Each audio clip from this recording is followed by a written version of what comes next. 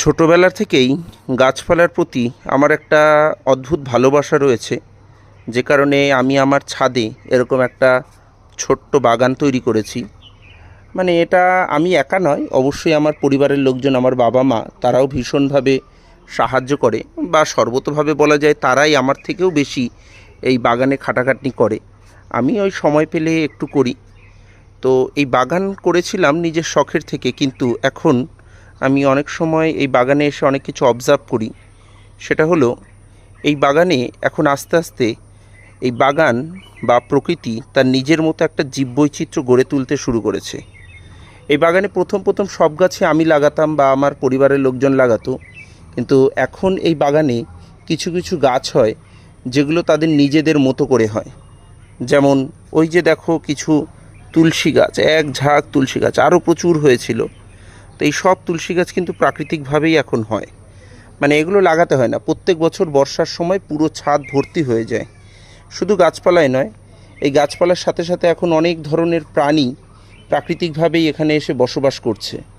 যেমন দেখো, এই যে একটা টবে প্রচুর পরিমাণে এরকম কেন্ন, বা এই যে যে মাটি রয়েছে আমার, এই মাটির মধ্যে দেখো, এখানে দেখো এক ধরনের মাটি, গুঁড়ো গুঁড়ো মাটি।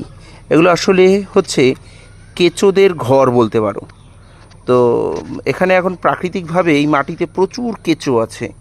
এই কেঁচোরা বর্ষার সময় বা অন্যান্য বছরের অন্যান্য সময়ও করে, এরকম ধরনের মাটিগুলোকে নিচের মাটি ওপরে তোলে এবং ওপরের মাটি নিচে তুলে এরকম ধরনের ঘর তৈরি করে। তো এর মাধ্যমে কি হয়, এর মাধ্যমে এই যে যে মাটি, এই মাটির উর্বরতা প্রাকৃতিকভাবেই আরও বেড়ে ওঠে। এছাড়াও এখানে আরও বিভিন্ন ধরনের পাখি আসে। আমার এই বাগানে বিভিন্ন ধরনের পাখি, মানে মানুষ থাকলে, আমরা আসলে ওরা পালিয়ে যায়, কিন্তু ওরা থাকে। মাঝে মাঝে ছোট ছোট বাসা তৈরি করে। পাখি ছাড়াও আমার এই ছাদে প্রচুর কাঠবিড়ালি আছে। কাঠবিড়ালিদের ক্যামেরাবন্দি করা একটু মুশকিল, কারণ ওরা মানুষের কোনো রকম আওয়াজ পেলেই পালিয়ে যায়, কিন্তু প্রচুর কাঠবিড়ালি এখানে আসে। ওদের সেভাবে খেতেও দেওয়া হয় কম বেশি। তাছাড়া ওরা এখানে এসেও ওই যা টুকিটাকি, অনেক সময় ওই সবেদা গাছ আছে বা এরকম যে ফলের গাছগুলো আছে, সেই ফলগুলো আমি সেভাবে তুলি না, ওরাই খায়। তো আমার এটা খুব ভালো লাগে, এবং এটা ভেবে সবথেকে ভালো লাগে যে আমাদের সাধারণ মানুষদের একটু যদি সহযোগিতা পায় প্রকৃতি, তাহলে ওরা কিন্তু নিজেদের মতো করে নিজেরা সারভাইভ করতে শিখে যায়।